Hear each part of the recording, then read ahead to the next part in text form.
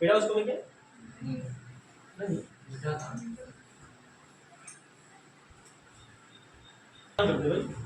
तो लिखने तो चालू कर लो। समानता का मतलब क्या होता है? समानता मतलब होता है कि जितने भी यहाँ पर जो लोग रहते हैं सबों का जीवन का उद्देश्य होता है, सभी लोग एक समान मात्रा में रहे, यानी सबके अंदर क्या होना चाहिए? सबके अंदर समय के साथ परिवर्तन होनी चाहिए, यानी समय के साथ परिवर्तन। अभी आप जो कर रहे हो अलग बात है, लेकिन एक समय ऐसे आएगा जिस समय अपने आप को बदलना पड़ेगा, यानी समय के साथ परिवर्तन बहुत जरूरी है। जो समय के साथ अपने को परिवर्तन नहीं करते, जो सोचते कि हम ऐसे हैं तो ऐसे ही रहेंगे, वो हमेशा जीवन की रेस में दौड़ में पीछे रह जाता है। तो हमें समय के साथ परिवर्तन करना चाहिए। जो जिस माहौल में है आप उस माहौल में अपने को ढालिए, अन्यथा आप जो है उस माहौल से निकाले जाएंगे, और निकाले जाएंगे तो बहुत ही खराब लगेगा। तो समय के साथ परिवर्तन ही समानता है। मानव विकास का यही हमारा एक लक्ष्य है, ठीक है ना। तो यहाँ पर जैसे मैंने एक एग्जाम्पल दिया था आपको कि 1 लाख से जनसंख्या 2 लाख हो गई या 5 लाख हो गई, जो एग्जाम्पल दिया मैंने, इसमें क्या समझे? इसमें एक चीज दिखी जा रही है कि इसमें क्या होती है, इसमें जनसंख्या की हो गई है वृद्धि, 1 से 2 लाख की वृद्धि हो गई। लेकिन ये वृद्धि हुई कैसे? देखिएगा, ये वृद्धि किस प्रकार की वृद्धि कहलाएगी? जरा बताइए, यह वृद्धि किस प्रकार की वृद्धि कहलाएगी? अगर आपको लगता है कि पहले सुविधा नहीं थी, सुविधा नहीं थी ए, और बी में हो गया सुविधा है, सुविधाएं हो गई। तो अगर सुविधा नहीं है तो उसको किस प्रकार की वृद्धि कहेंगे? तो उसको कहेंगे विकासहीन वृद्धि। अगर सुविधाएं हो गई हैं, 1 लाख जब थी अब 2 लाख हो गई है, तो वृद्धि के साथ साथ विकास भी हमें दिख रही है, तो इसका मतलब सुविधाएं हो गई है। अगर सुविधाएं हो गई है तो किस प्रकार की सुविधा हो गई है? तो हो गया विकास युक्त सुविधा, विकास युक्त वृद्धि, विकास युक्त वृद्धि। यही चीज आपको मुझे बताना था। तो 2 टर्म याद रखना है, एक याद रखना है, फिर सुन लो, लिखना बाद में, लिखने का आदत अभी मत धराइए, तो सुन लीजिए, अपना समय देते हैं हम। मानव विकास यानी समानता। सभी मानव के पास एक, हमारे संविधान में लिखा है समानता। समानता मतलब इक्वलिटी। हमारे संविधान में साफ साफ लिखा है कि सभी इंसान यहाँ पर क्या है, सब समान है। लेकिन समानता तो है, क्या आप समय के साथ परिवर्तित हुए? समय के साथ अगर परिवर्तित हुए, समय के साथ आपके अंदर अगर गुण आ गए, तो फिर आप विकास की ओर बढ़ रहे हैं, आपका नाम मानव विकास पड़ जाएगा, अन्यथा नहीं पड़ेगी। तो मानव विकास में 2 टर्म और बताया मैंने कि अगर किसी जनसंख्या, किसी क्षेत्र की जनसंख्या 1 लाख है, वो बढ़कर 2 लाख हो गई है, तो हमें यहाँ पर वृद्धि साफ साफ दिखी गई, क्योंकि मैंने लिखा दिया था अभी दोनों अंतर में कि वृद्धि मात्रात्मक है, वृद्धि को माप सकते हैं, वृद्धि को देख सकते हैं, ठीक है ना। तो ये हमें दिखी कि 1 से 2 हो गई, यानी 1 लाख सॉलिड बढ़ गया। लेकिन क्या यहाँ पर विकास हमें दिखा? अगर विकास कैसे दिखेगी?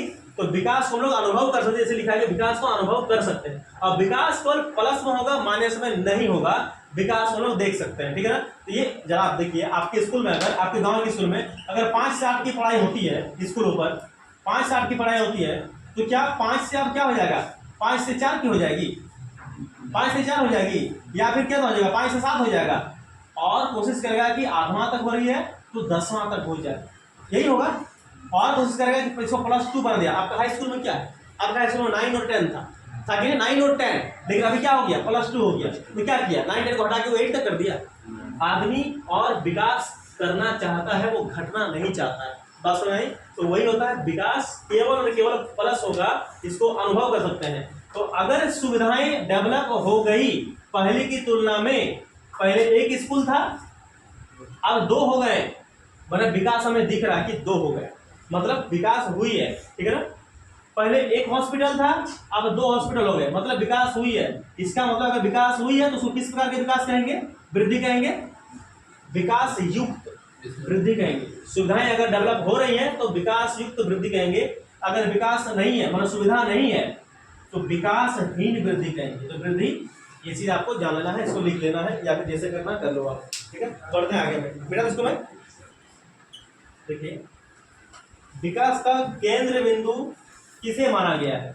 तो विकास का जो केंद्र बिंदु है वो हम जैसे मानव को ही माना गया है, यानी विकास मानव ही करेगा, दूसरा कौन करेगा? विकास, अगर हम लोग विकास करेंगे, डेवलप होंगे, तब तो और सब चीज को डेवलप करेंगे। तो विकास का केंद्र बिंदु मानव है। अभी लिखिएगा मत कोई, विकास का केंद्र बिंदु मानव है। पहले क्या होता था कि पूर्व में, देखिए अभी का समय नहीं बोल रहा हूं मैं, 1980 और 90, तो 90 से पहले का जब एरा था, जो समय था, उस समय में पूर्व में क्या माना था कि पूर्व में माना जाता था, एक टर्म था आर्थिक वृद्धि। आपको जानते हो तो आर्थिक वृद्धि माना जाता था कि पूर्व में किसी देश, लिखा है कि किसी देश के विकास के स्तर को नापने का आधार केवल आर्थिक वृद्धि था। यानी पूर्व में किसी भी देश का विकास को, कि वो कितना विकास किया, डेवलप किया, कि पूर्व में किसी भी देश के विकास को मापने का केवल एक ही आधार था, केवल एक ही आधार था, और उसका नाम था आर्थिक वृद्धि। आर्थिक वृद्धि यानी इसका मतलब क्या हुआ, आर्थिक वृद्धि का अर्थ क्या होता है, देखिएगा आर्थिक वृद्धि का अर्थ हुआ क्या, देखिए आर्थिक वृद्धि का अर्थ क्या होता है। आर्थिक वृद्धि, इसका मतलब होता है कि जो देश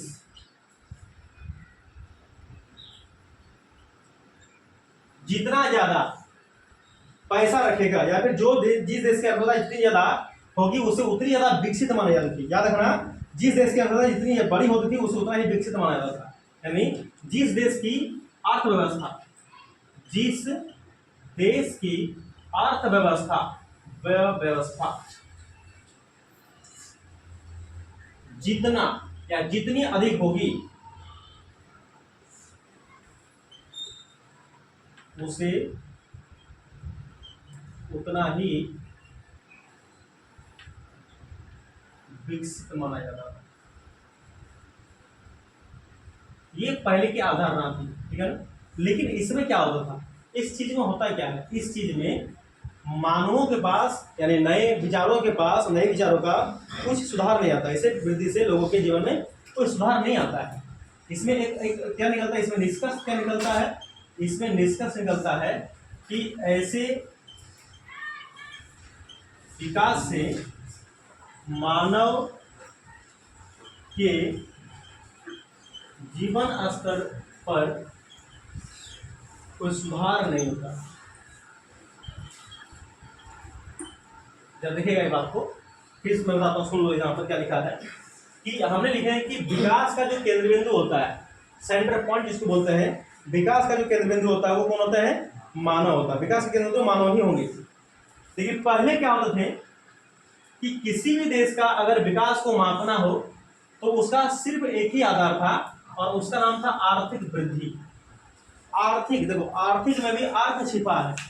अर्थ माने क्या होता है, पैसा। पैसा, जिसके पास जितना ज्यादा पैसा है वो देश उतना ज्यादा विकसित, ऐसा माना जाता था। थोड़ा बहुत ठीक भी है। तो आर्थिक वृद्धि क्या है कि जिस देश की अर्थव्यवस्था, अर्थव्यवस्था मतलब उसका जीडीपी, ग्रोथ रेट जितनी अधिक होगी उसे उतना ही विकसित माना जाता था। लेकिन ऐसी अर्थव्यवस्था से क्या होता था, ऐसी अर्थव्यवस्था मानव के लिए अच्छा नहीं था। मानव के जीवन स्तर पर कोई सुधार नहीं ला पाता था। ये इस तरह का आर्थिक वृद्धि।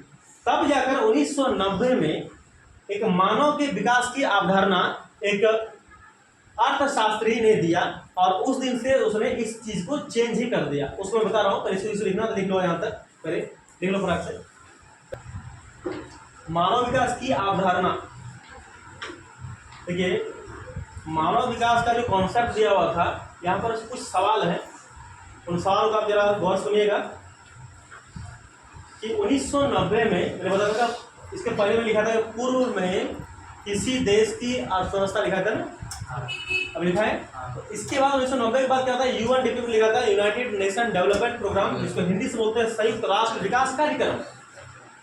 ये जो यूएनडीपी है का डेवलप हुआ, यानी 1990 में क्या होता है कि एक व्यक्ति जिनका नाम होता है डॉक्टर महबूब उल हक, जो पाकिस्तान का अर्थशास्त्री होते हैं, और इनके सहयोगी डॉक्टर नहीं, ये प्रोफेसर है, सॉरी प्रोफेसर हैं, प्रोफेसर अमर्त्य सेन, जो कि भारतीय अर्थशास्त्री है दोनों ही अर्थशास्त्री, इकोनॉमिक्स। हालांकि देखिए मित्र, दोनों मित्र हैं, मतलब सहयोगी हैं। इन अब दोनों देखिए इसमें क्या सवाल आएंगे कि मानव विकास की अवधारणा किसने प्रस्तुत की। यहाँ पे लिख दिया कि मानव विकास की अवधारणा के जनक कौन है या प्रस्तुत की, एक ही बात है। इसका उत्तर देखिए दो नाम दिया हुआ है, लेकिन दो में से कोई एक चुनना जब होगा तो आपको क्या चुनना है, एक नाम। ऐसे दोनों नाम है, लेकिन जब दो में से कोई एक नाम चुनना हो तो आपको चुनना है डॉक्टर महबूब उल हक, जो कि पाकिस्तान का अर्थशास्त्री रहे हैं, ये नाम को चुनना है। तो मैं आपको वहां चीज को क्लियर करा दिया हूं। इसमें कहा गया है कि मानव विकास लोगों के जीवन में सुधार लाने का एक माध्यम है। विकास होगा तो अच्छा है चीज, अच्छा है जी विकास लाना, विकास होगा तो अच्छी भी चीज है। अगर आप विकास करोगे तो सबसे पहले अपना काम करोगे, फिर दूसरे काम करोगे, मतलब सबका विकास होगा इस पर, ठीक है ना। तो विकास अच्छा चीज है। विकास का एक माध्यम है, किस चीज का माध्यम है, तो जीवन में, किसके जीवन में, हमारे जीवन में, तुम्हारे जीवन में, पूरे समस्त पृथ्वी के लोगों के जीवन में एक सुधार लाने का एक बहाना है, एक माध्यम है, एक मीडियम है, और कुछ नहीं है। सब कोई सुधार चाहता है, सब कोई जो है इसको उस राह में चलना चाहता है, लेकिन विकास को कोई समझ नहीं पाता है। सब कोई किस में दौड़ता है, वृद्धि में दौड़ता है, और विकास को छोड़ देता है। तो आज से हमें विकास के पीछे दौड़ना है, वृद्धि अपने आप हो जाएगी। तो ऐसे विकास का उद्देश्य क्या है, ऐसे विकास का उद्देश्य कि ऐसी परिस्थितियों में उत्पन्न करना जिनमें लोग सार्थक जीवन बिता सके, अर्थात देखिए लंबी आयु, यानी कि लंबी आयु, सार्थक जीवन में लंबी आयु नहीं होती है। सार्थक लंबी आयु जी के क्या करो जब उसमें कोई मीनिंग ही नहीं रहा। लंबा जीवन 100 साल जिंदा रहेगा तो बहुत अच्छा काम कर देंगे क्या, नहीं। 100 साल मत जियो, लंबी आयु आपके पास भले ना हो, छोटी आयु ही हो, लेकिन उस छोटी आयु में आपके पास कुछ मीनिंग होना चाहिए। बहुत सारे एग्जाम्पल है। खुदीराम बोस नाम सुने हो कि नहीं सुने? खुदीराम बोस जो महज कितने साल में, 18 साल में, जिस समय आपका वोटर कार्ड बनेंगे, युवा अवस्था में आप आ रहे हैं, मतलब आप जब बालिग बन रहे हैं, उस समय ये देश के लिए फांसी पर चढ़ गए। लंबी आयु है क्या इसका 18 साल? जस्ट अभी तो जन्म ही उनका हुआ, अभी तो दुनिया को देख ही रहे अच्छी तरह से, लोगों को पहचान रहे हैं, इस उम्र में देश के लिए जान दिए। यानी उनका नाम आज क्यों लिया जा रहा है? कितने ऐसे लोग हैं जो 100 साल में, 90 साल में, 95 साल में मरे हैं, क्या उनका नाम हिस्ट्री याद करती है? नहीं करती, क्योंकि उनका कोई उद्देश्य नहीं था। वो कोई जीवन, लंबा जीवन के लिए जी तो लिए, लेकिन कोई मीनिंग नहीं रहा, इसीलिए याद करते हैं। ये कम जीवन जिए, लेकिन इनका नाम आज भी अमर है। 23 साल की उम्र में, मात्र 23 साल की उम्र में कौन, भगत सिंह जी हमारे चले गए, शहीद हो गए हमारे देश के लिए। तो ये कितना उम्र, 23 साल, लंबी उम्र है क्या? नहीं है, लेकिन फिर भी इनको याद रखे हैं। लंबी उम्र की बात करें तो लंबी उम्र में गांधी थे, लंबी उम्र के, थोड़ा लंबी उम्र में थे। सुभाष चंद्र बोस जी का पता नहीं, नेहरू साहब का, ये लोग कुछ उद्देश्य था जीवन जीने के लिए, इसलिए उनको याद कराया था। बाकी और भी है, तो यही चीज लिखा है कि लंबी आयु होना कोई मतलब नहीं है। छोटी आयु मायने, लंबी आयु या छोटी आयु मायने नहीं रखती है, सिर्फ एक उद्देश्य पूर्ण जीवन ही काफी है, छोटी हो या लंबी आयु। लेकिन उस जीवन में, दोनों ही प्रकार के जीवन में अगर उद्देश्य है आपका, तो जीवन सार्थक है। और ये अगर जीवन सार्थक है तो जान जाइएगा आपका विकास तय है, निश्चित है, और इस विकास को कोई रोक नहीं पाएगा आपका, क्योंकि हम क्या है, अंततः मानव है, और मानव ही वो सारे काम करते हैं। आप चारों तरफ देखो, वो काम इंसान ही करते हैं, दूसरा कोई नहीं करते। तो इंसान अगर सोच ले तो काम कर सकता है, और विकास होगा तो सबका विकास होगा। ये चीज को याद रखिएगा। ये डॉक्टर, अच्छा एक चीज और बताना चाहता हूँ, एक चीज और है इसमें कि मानव विकास का धारणा में यह कहा था कि मानव के लोगों के जीवन में सुधार लाने का माध्यम है। लेकिन सुधार कैसे आएगी? देखिए इन्होंने क्या कहा, ये चीज बहुत इंपॉर्टेंट है, याद रखना। मैं तो लीडर हूँ, यहाँ देखिएगा। इन्होंने कहा था, ये दो व्यक्ति ने दो तरह की बात कही थी कि मानव विकास जीवन स्तर में सुधार लाने का माध्यम है। तो ये व्यक्ति कहते हैं कि मानव का विकास तभी हो सकता है जब विकल्पों में वृद्धि कर दो। क्या कर दो? विकल्प, ऑप्शन, विकल्पों में वृद्धि। मैं अब समझा रहा हूं उसको आपको। और अमर्त्य सेन ने कहा कि ठीक है, विकल्पों में वृद्धि के साथ साथ एक चीज और जोड़ दो कि स्वतंत्रता में वृद्धि कर दो, स्वतंत्रता में वृद्धि, ठीक है। यानी इंसान के पास विकल्प रख दो। जैसे मान लो इंसान के पास अगर विकल्प होंगे तो वो और ज्यादा अच्छा जीवन जिएगा। जैसे क्या? जैसे देखिए, मान लो कि ये जेएमटी हम लोग का जो है, यहाँ पर एक ही कॉलेज है, और उस कॉलेज में 3 सब्जेक्ट फिक्स है, ज्योग्राफी, हिस्ट्री, पॉलिटिकल। ये 3 चीज ही फिक्स है। इसके पास और विकल्प नहीं है कि इसको रहना जामतड़ा, पढ़ना जामतड़ा में है, लेकिन इसके पास विकल्प है।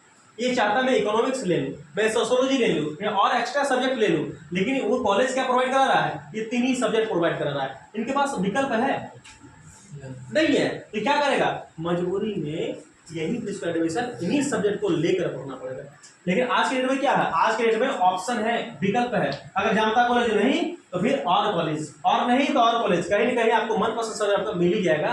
तो विकल्प में वृद्धि कर दीजिएगा, इंसान अपने आप ग्रोथ मतलब डेवलपमेंट के रास्ते में बढ़ जाएगा। और विकल्पों में वृद्धि के साथ साथ उनको स्वतंत्रता दे, आज़ादी दे दो कि आप इनमें से इस चीज़ को चुन सकते हो, ये चीज़ को लेकर जा सकते हो। तो विकल्प में वृद्धि प्लस स्वतंत्रता में वृद्धि, ये दोनों अगर प्लस कर देंगे तो क्या होगा? निश्चित मानव विकास होगा। ये चीज आपको याद रख लेना है। तो यहाँ पर सवाल बनता है कि डॉक्टर महबूब हक ने किस चीज की वृद्धि में ध्यान दिया है? विकल्पों में वृद्धि और अबर सेन स्वतंत्रता में वृद्धि। ये दोनों शब्दों को, चीजों को याद रख लीजिएगा। महत्वपूर्ण पक्ष वृद्धि, महत्वपूर्ण पक्ष क्या है? अभी थोड़ा देर पहले हम लोगों ने जस्ट पढ़ा है कि मानव जो है यानी विकास का केंद्र बिंदु कौन है? तो पहले पढ़े कि विकास का जो केंद्र बिंदु है यानी मानव जो होते हैं, मानव क्या है? तो मानव विकास का केंद्र बिंदु, ये सेंटर पॉइंट यही है, ठीक है। तो मानव के महत्वपूर्ण पक्ष कितने हैं? तो याद रखना, मानव के जो महत्वपूर्ण पक्ष है वो कितने हैं? 3 है। 3 कौन कौन सा है? पहला जो है वो है ज्ञान प्राप्त करना, बहुत जरूरी है ज्ञान प्राप्त करना। दूसरा क्या है? दूसरा है लंबा स्वस्थ जीवन, ठीक है। और तीसरा क्या है? तीसरा है ज्ञान प्राप्त करना, लंबा स्वस्थ जीवन। और तीसरा क्या चीज है? संसाधनों तक पहुंच, यानी क्रय शक्ति उनका, यानी इसको क्या कर सकते हैं? यानी संसाधनों तक पहुंच बोल सकते हैं या फिर क्रय शक्ति बोल सकते हैं। ये 3 चीज जो है इंसान के लिए बहुत बेहतरीन है, बहुत जरूरी है। अगर ये 3 चीज नहीं होगा तो फिर इंसान जो है सर्वांगीण डेवलपमेंट विकास नहीं कर सकेगा। इनसे क्या फायदा होगा? इनसे फायदा यह होगा कि मानव विकास का जो स्वस्थ मानव विकास का क्या हो जाएगा? वो निर्माण होगा। निर्माण होने से क्या होगा? निर्माण होने से विकल्पों में वृद्धि होगी। अब विकल्प में वृद्धि होगी तो स्वतंत्रता में वृद्धि होगी। अगर दोनों वृद्धि हो गई तो मानव को एक अच्छा जीवन जीने से कोई रोक नहीं सकता है। अगर आपको याद नहीं होगा तो इसको ऐसे याद रख सकते हो, ज्ञान प्राप्त करना यानी मानव के 3 मूलभूत पक्ष है जिससे उनका विकास हो सकता है। पहला है ज्ञान प्राप्त करना, इनको शिक्षा कह सकते हैं। दूसरा लंबा स्वस्थ जीवन जीना, इनको क्या कह सकते हैं? इनको स्वास्थ्य कह सकते हैं, स्वास्थ्य। और संसाधनों तक पहुंच, इसको क्या कह सकते हैं? क्रय शक्ति। या फिर इसे लाइन में लिख लो कि पर्याप्त साधन होना, पर्याप्त साधन होना, इसको ब्रैकेट में लिख लो संसाधनों तक पहुंच या फिर परचेज पावर यानी क्रय शक्ति इसको बोलते हैं। इनसे क्या होगा? इनसे फिर क्या होगा? इनसे क्या होगा? इसको लिख लीजिएगा आप हमें। इनसे मानव में क्षमताओं का निर्माण होगा। चलिए देखिए, इनसे मानव में क्षमताओं कैपेसिटी का निर्माण होगा, निर्माण होगा और विकल्पों में वृद्धि होगी, और विकल्पों में वृद्धि होगी और अपनी स्वतंत्रता से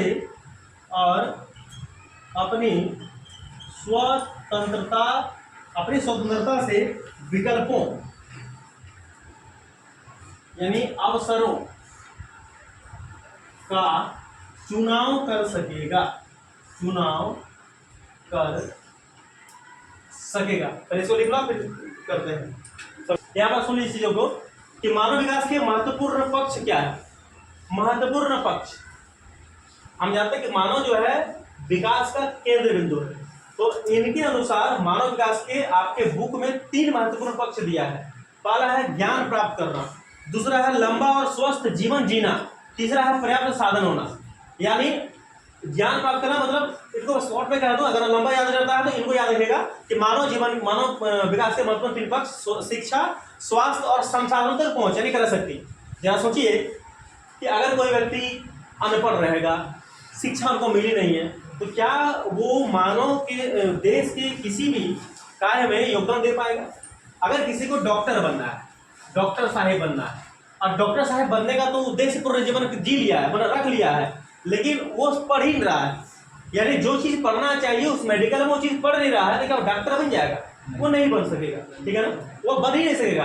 तो ज्ञान प्राप्त करना एक महत्वपूर्ण पक्ष है मानव विकास का। अगर जिस जीवन, मानव विकास कैसे होगा, अगर आप सार्थक जीवन जिएंगे तब मानव विकास होगा। और सार्थक जीवन कैसे होगा, जब आपका एक लक्ष्य होगा, और लक्ष्य मेरा क्या है, डॉक्टर बनना।